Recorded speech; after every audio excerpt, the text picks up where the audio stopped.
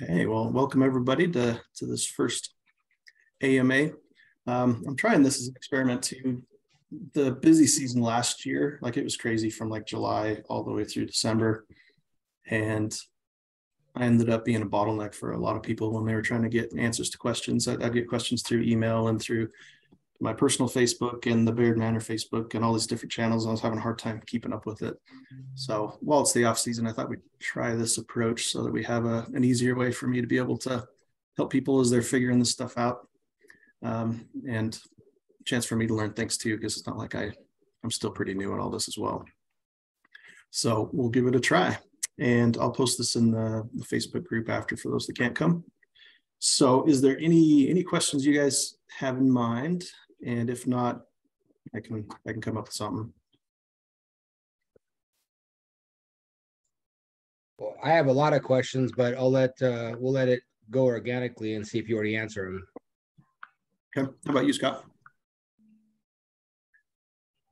The only thing I would really appreciate more from this group is more like having your video tutorials like you did with the Christmas Castle.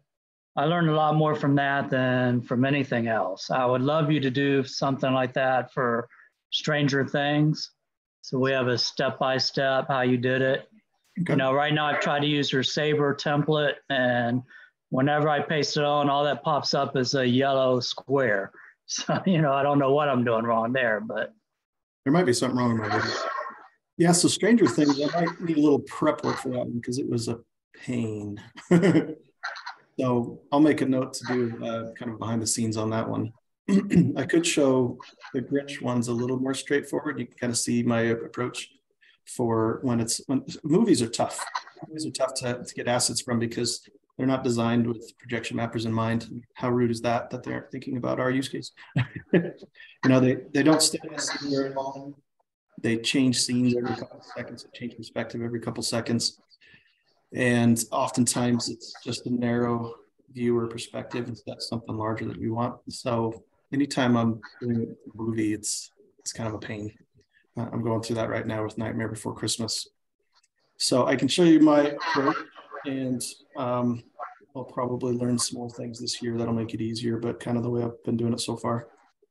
And so I could show you the Grinch one because it's done, or Nightmare Before Christmas that I'm working on right now. Do you guys have a preference? No, but I will say when I downloaded the Sabre from Atmos Effects, they have a 20-minute tutorial that exponentially made everything super easy to learn. And I picked it up fairly quickly. One of my questions that I have in my notes here is, how do you add more than one Sabre?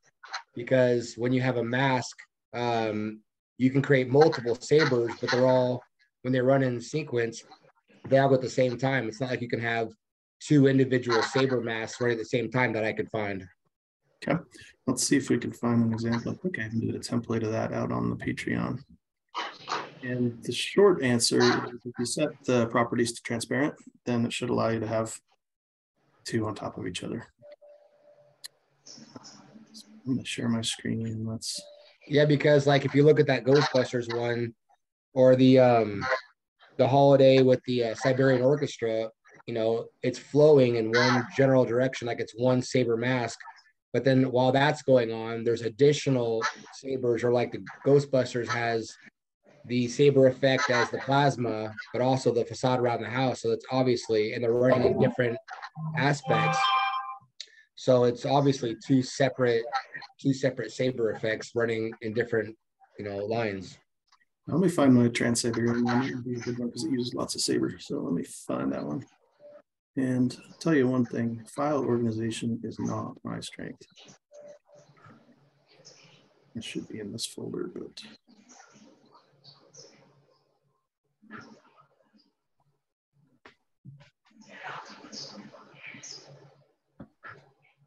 TSL.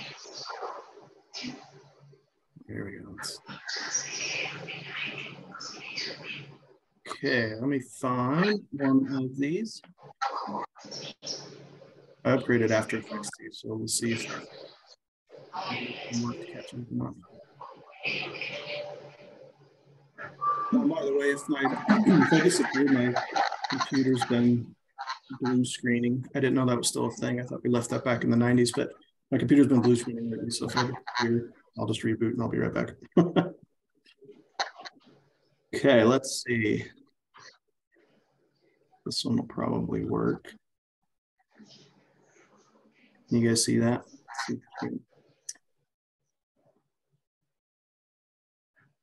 Turn off some of these layers that are missing.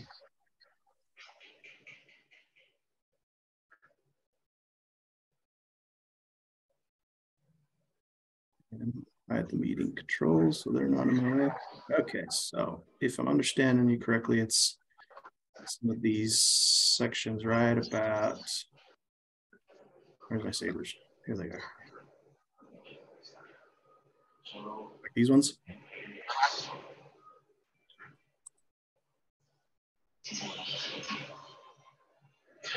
Is that kind of what you were thinking, Sean? Two different versions of the saber? You're on mute if you're talking.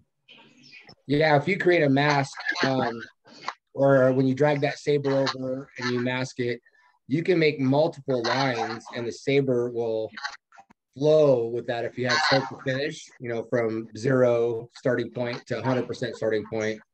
But if you wanted something like that not on the same line, so basically if you have, you know, one saber going one direction, and then you want vertical sabers going up in different time frames that aren't attached to the original saber. So but when you go to drag another saber over from your effects column over to the middle, it doesn't allow you to add a second saber. So do you need to add another mask on top of the saber?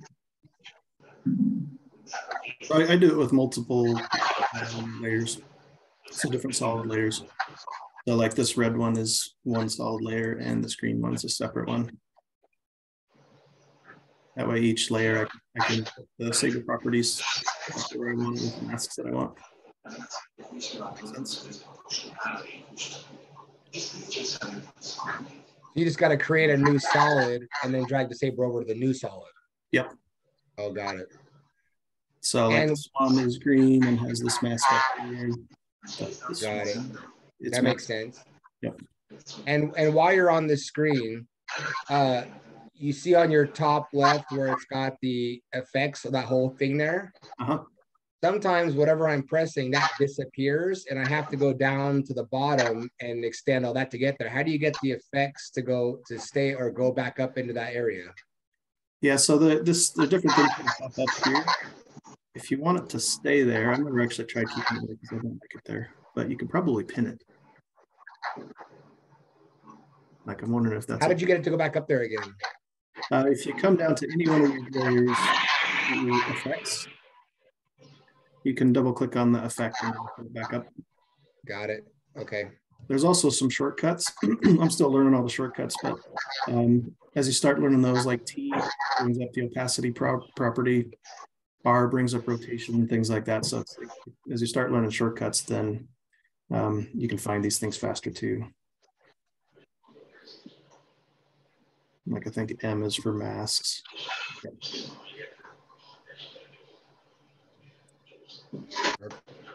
Makes sense? Yes, sir. And I am a compulsive saver, they save often, because you never know when After Effects is going to crash. Absolutely. And I don't know who else has questions, but I have 2 left on my list. So if anybody else wants to go, I can get mine later. Okay. If I do the behind the scenes of Furniture Nightmare Before Christmas, that'll probably take a chunk of time. So maybe we'll do your 2 questions and then I can. Okay. Well, my first question to that is there a downfall to pre-composing? Like when you have, can you uncompose something? So if I get through and I get my sabers done on my gutters and I pre-compose it so I can minimize the amount of things I have down there, it seems like I lose the option to edit certain things or to redo it or undo some things if it went wrong. So if you pre-compose early, is there a downfall to that? I've had some of the same challenges, and I don't think you can unrecompose. And so it's kind of trade-offs. You end up gaining something because the workflow is simpler. It should render a little bit faster as you're developing, but then you do lose some of that flexibility because you'd have to drill into the pre-comp whenever you want to make changes. And getting the timing right, when I run into it the most is trying to get the timing right. If I get the timing just right and then I pre-comp it and then have to make tweaks, it's annoying to have to drill back in. And so I don't have a good solution to that either. I just kind of deal with it. I'll try to wait to pre-compose as late as I can until I get the timing down. But sometimes it's just an annoyance in After Effects.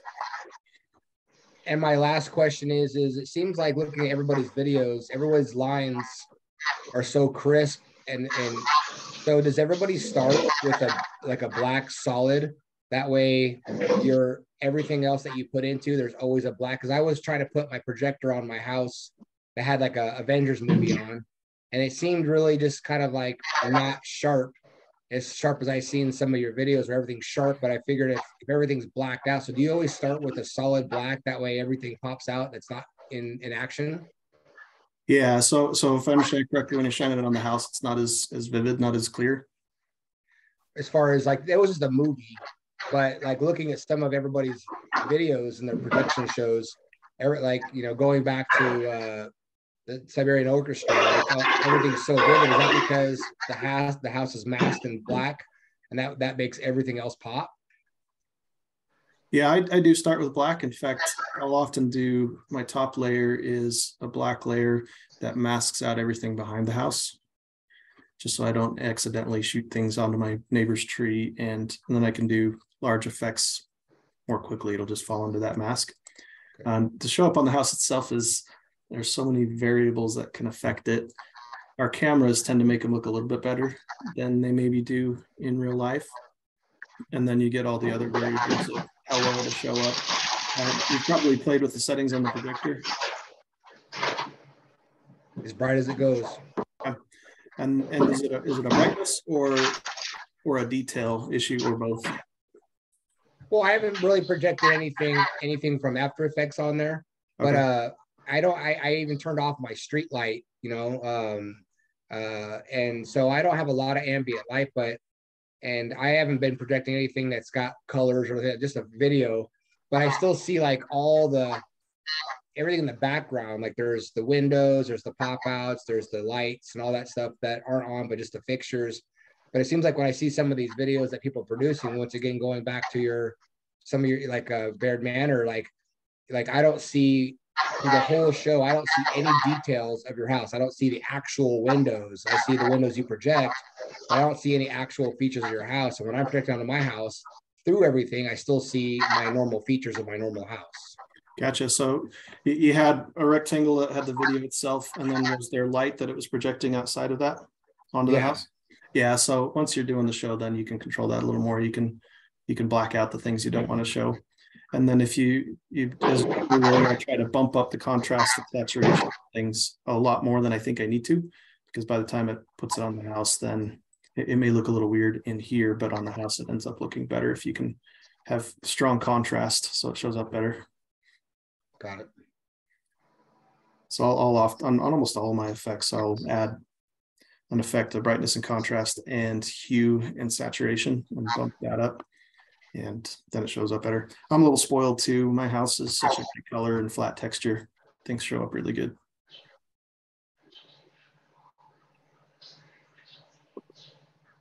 I appreciate it. That's all I have. You bet. All right, we got Sean hopped on. How are you doing, Sean? I'm fine. I'm actually driving right now. I'm about to get on there. So I just was wanting to join and listen to see what's going on with people.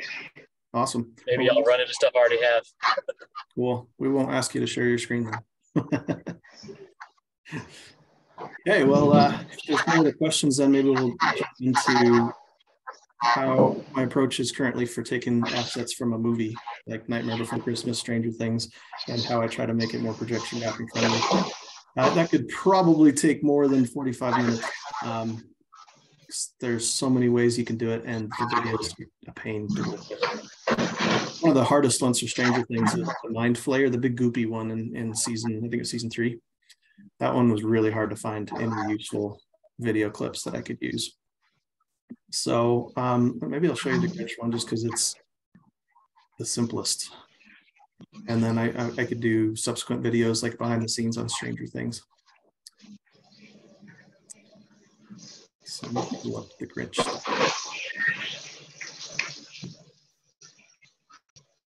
Let me find the original video from the Grinch too. And I chose the classic Grinch in part because that's the one I grew up with and I liked it, but it's also the easiest one. Out of all the versions, it's the easiest one to get and make projection mapping friendly stuff from. So I cheated a little bit by choosing that one, I guess. Which one is my original video? Oh, I see it. Okay.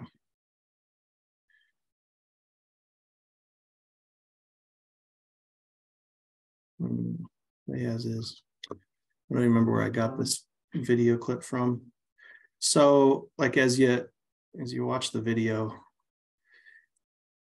you can kind of see where it's difficult to make an asset from them. Sometimes you get things like the camera itself is moving or panning when I'd rather have it static. Ideally, I'd like to get this whole background with the mountain and the trees, but it's not framed that way. It makes sense for a movie, right? But for projection mapping, I'd love to have the scenery and then the arch.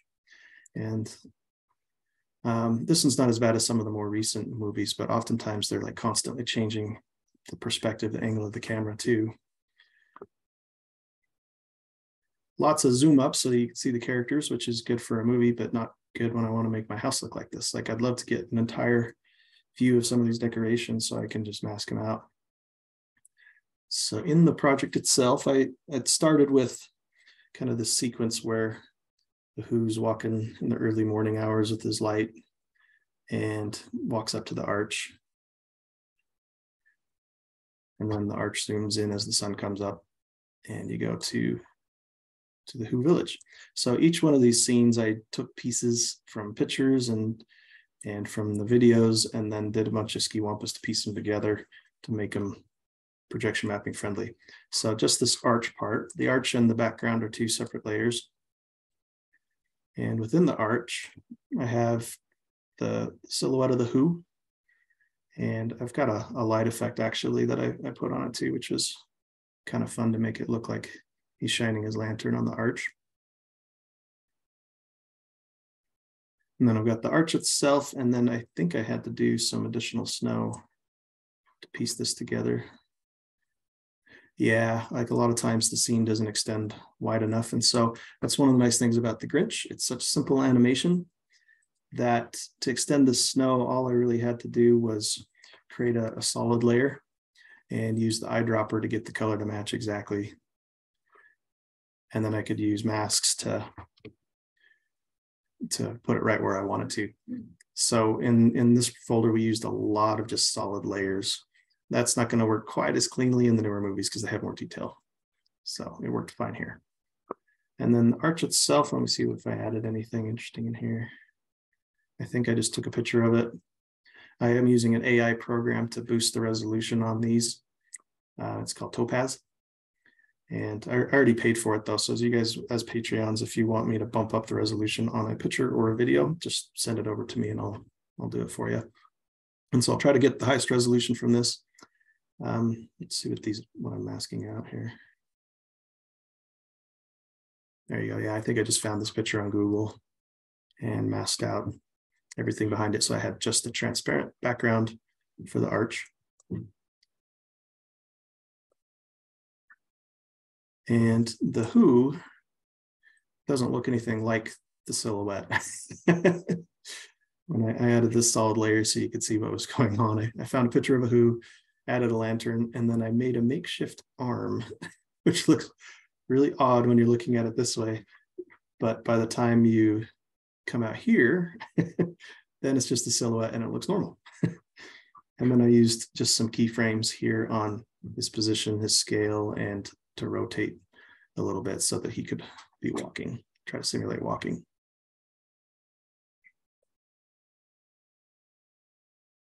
And let's show you another scene now. So we got that, the background scene here.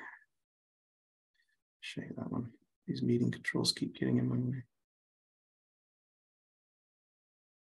Here's the who scene. And I was able to extend the background a little, but I think I need to do it even more because every house is a little different. And I found out that this isn't a big enough background. You see some solid layers just like before to kind of help. Now, in this case, the solid layers are changing to match the sunrise. So it starts with the night sky one, and then that fades into kind of a purple. And finally into pink. And if I remember correctly, way I did that transition, yeah, so I used a keyframe on the mask path. So these masks, I just drew a rough outline, but the keyframe has it moving over time with a highly feathered edge. And that way it rises up kind of like the sun does. And the sun itself is from the movie. This is the original. I got kind of lazy with it. What I probably should have done is, it doesn't stay on this perspective very long. It changes really, really quick. So I really only have a couple seconds of the star that's stationary and the same size that I could work with. So I probably should have saved that segment out as a video. And then once I imported it, I could loop it. But for whatever reason, I got lazy on this one and I just copied and pasted it a bunch of times so that it looks like this in its raw format from the movie. And then this layer just has a keyframe so that sun rises. And to give it a little more uniform color, I first added a tint that made it just gray. Oops. Like that. And then there's a free plugin called VC Color Vibrance that I added because I wanted to make it look just solid yellow. And then that pre-comp is what makes the sun go up. And I wanted the sun separate from the rest of it so that if it's on different people's houses, I could put the sun where it's going to look the best on their specific house. We've got some mountains in the background that just came from pictures. Got forest in the foreground. And this one is just some extra trees. I use those a lot just to fill in space. And then this layer is the one that actually has the village itself. And it's got, I think this is a couple layers deep. I'm using more of those pictures of the snow and masked out the background, that kind of stuff. And then I'll show you one other example and then we'll kind of pause, see if there's anything you guys want to see in particular. I'll show you two more. The I Hate Christmas scene where you get Max peeking up his head. It's such a good scene, but I couldn't get it exactly the way I want from the movie. Let me find that clip in the movie. So this is what we get from the movie itself. It's too short. I wanted him to stay there for a minute and blink, which it does, but then it starts zooming in on it. So what I wanted was just that first part and then stop and then have him keep blinking. Simple thing to ask, right? But it wasn't as easy to figure out how to do it, or at least took lots of steps. So in here, I've got Max, and this is the pre-comp that does that. And so I have a bunch of different layers to do it, including a couple different layers of the snow. And this first composition, I ended up keyframing him having coming out of the snow instead of using the animation from the movie itself. And so it mostly started with just a still picture of Max. And then to get the blinking, I have a separate layer just for his eyes. So it looks really creepy when I hide that layer. But this layer is from the movie, masking out just his eyes and looping the blinking and then piecing it together into his head. So all that just for one simple little scene. And then similarly, when we get to when he's starting to rob the houses, I like this Who house, but this Who house doesn't actually exist in the movie. It's got pieces of half a dozen parts of the movie itself. You have the inside scenes, like right here. That's from the movie, where he's sneaking around in the house, so it looks like you're watching him in the house. You've got Max out here on the window. That came from the movie and masked it out. And the trickiest part with that was sometimes blending it so that it would work well. If you look close to the project, some of them don't really blend as well as I'd like, but this one does pretty good. The house itself was pieced together with a combination of solid layers, mainly solid layers, and some snow graphics. And then I threw the chimney on top of the Grinch from the movie itself. This one was a little easier to blend because I could just put them behind the snow layer and put the chimney up on the house. And then we even have a layer for this pipe, because as he's hitting the ornaments into the mouse hole and it comes out of the gutter, I wanted to have that happen, have it come out of the gutter. So we've got 1, 2, 3, 4, like five or six different layers to piece this all together, and then various solid layers to fill in the snow. And even these bricks, we made these bricks with 2 solid layers like that to make it look like a Who house. Let me see if there's anything else that might be different. Same thing on this. Built the house, put the chimney on top, put Max over there by the sled. So it's very doable, but it just takes so much time. And that's also what kind of prompted me to try this Patreon thing out, because it's like, this is annoying to have to go through all this. I'm hoping nobody else has to. You can just do it once and then everybody can use it. Like this mountain itself was solid layers too. So I just kind of piece it together. And then if it's I also use a tool called runwayml.com to help remove backgrounds from videos. I can show you guys that real quick here too. Runway. This is a free tool.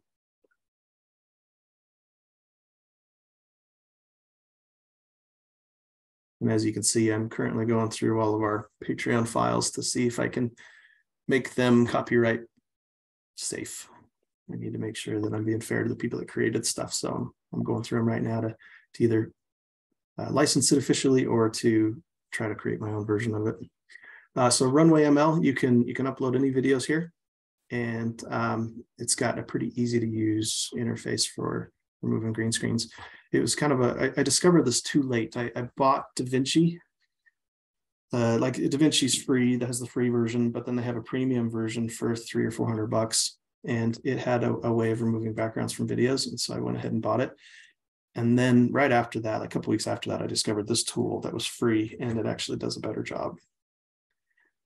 So what you can do is you can upload the videos here, and let me see if I can find that. I gotta hide my zoom control so I can see.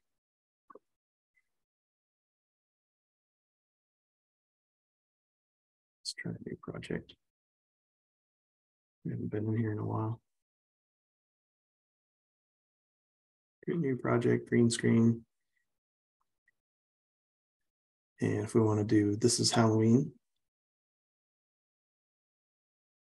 And let's find a segment that we want to green screen. Yeah, we'll just try that one.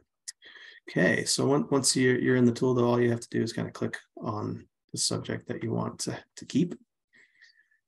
And then it'll make transparent or put green behind it. And it uses machine learning and artificial intelligence. So like you can see the little keyframe down here.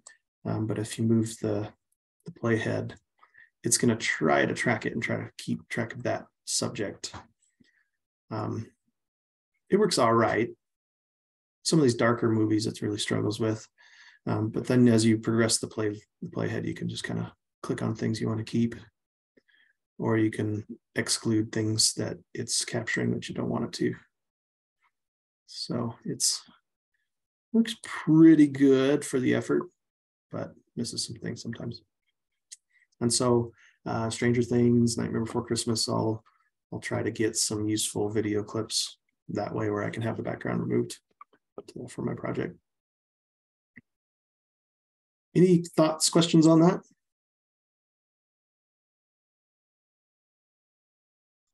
Maybe it's a simple question that everyone knows, but I can't figure out how to do that spotlight effect that you were doing. I know when you go to the top, you can add a spotlight, but I don't know how to add and keyframe it so you can get it to like show spotlights all over the house. Is it just an added keyframe? Yeah, I'll show you that. And actually, I'll show you on my Nightmare Before Christmas one that I'm working on. Before Christmas.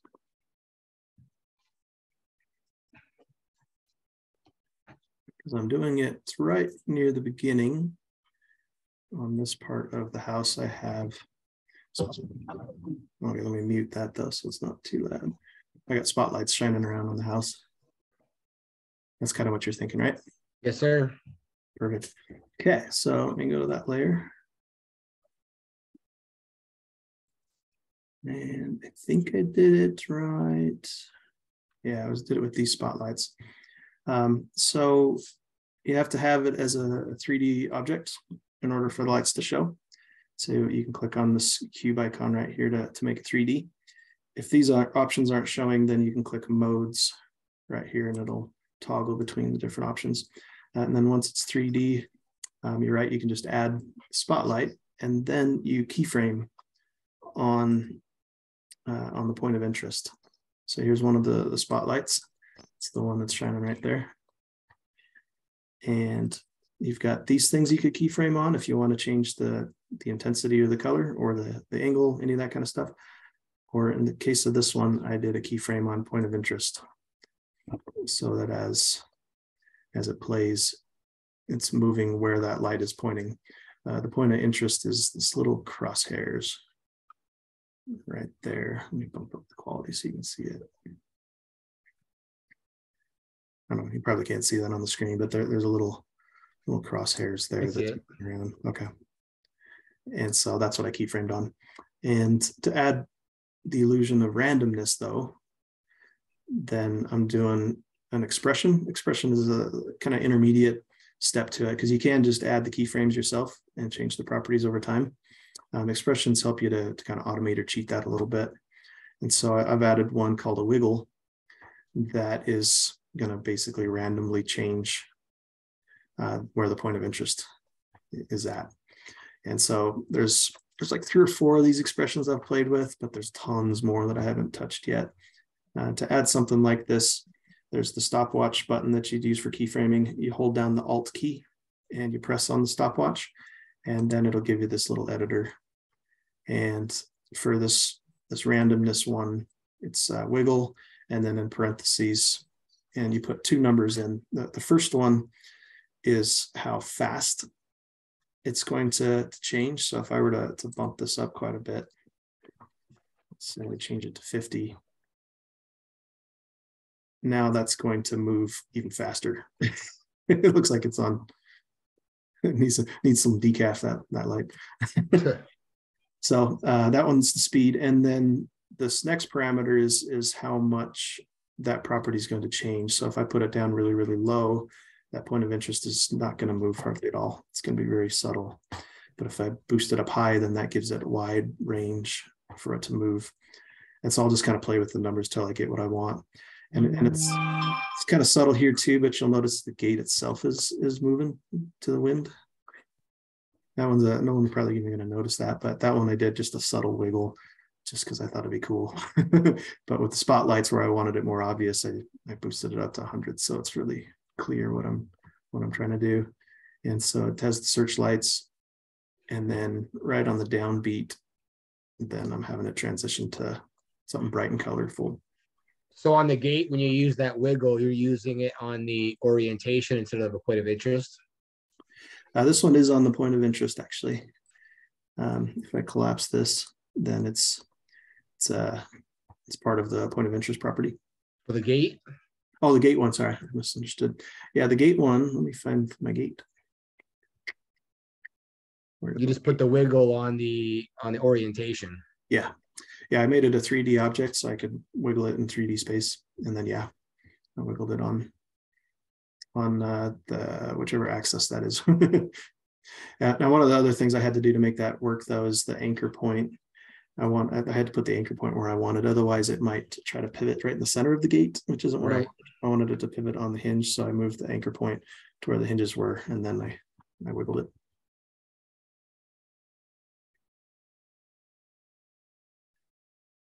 Wonder if I have any other interesting expressions in here. Like I did a flicker effect. Now that one still uses wiggle too. One of the other expressions I'll use a lot is loop out. And then there's a parameter called ping pong that you can put in there. And that's if I want it to alternate back and forth between two keyframes. Trying to think of a recent use case where I've had that. But if you wanted to just kind of go back and forth between two keyframes, then you can use loop out. And if you want something just to rotate, you can on the keyframe for rotation, I think it's times, you write out times asterisk 100, I think it is. And then it'll just rotate. Did that with like some spinning peppermints, things like that. All right, it's 10:40, so we got about 20 minutes, but we don't have to use it all up. Other thoughts, questions, other things you guys want to see?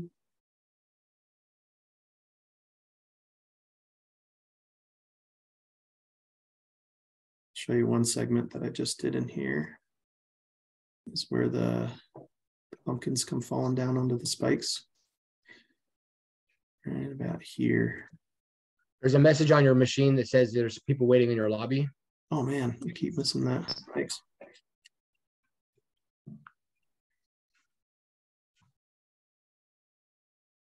I had to look at the properties on that and see if I can just automatically add people.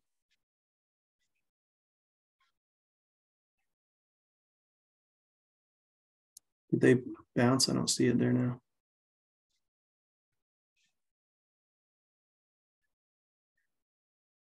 It might have gave up. I don't see the admit anymore. Shoot.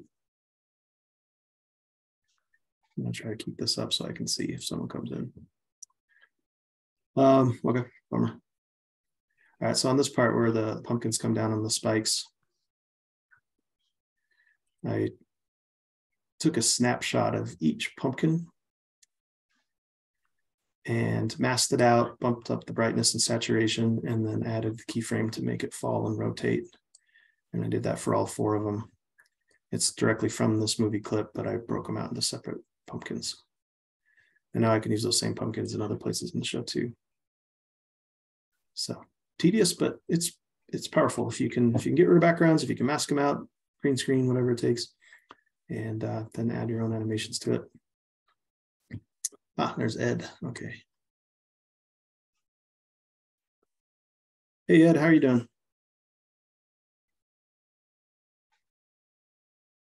Oh, it looks like his audio is not on yet.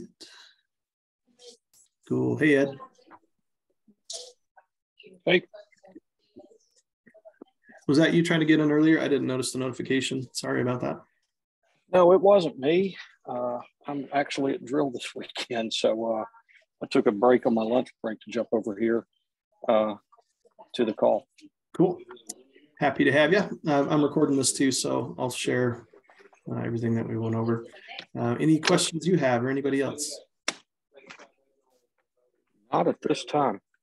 On those lights you have up there, did you create a solid and you just use color vibrance and you just added a glow effect? For these up here? Yeah.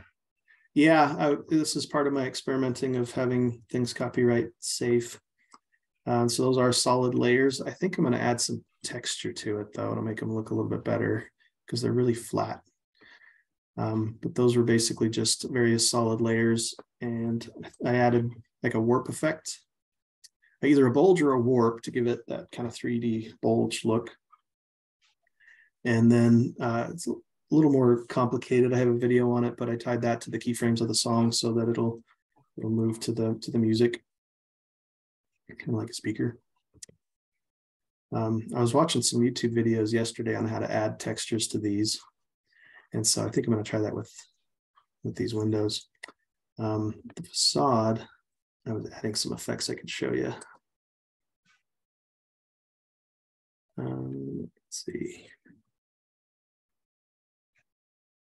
No, it wasn't that one. Let me find the right one.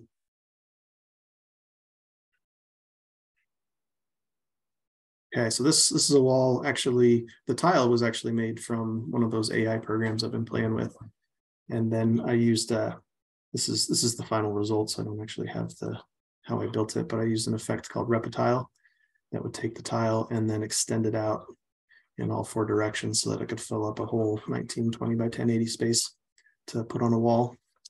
And then one of the cool effects I just started playing with is this CC glass, which gives it some interesting texture when we play around with these surfaces or with these properties. So it makes it, if you like boost this up a lot, it starts to look like glass.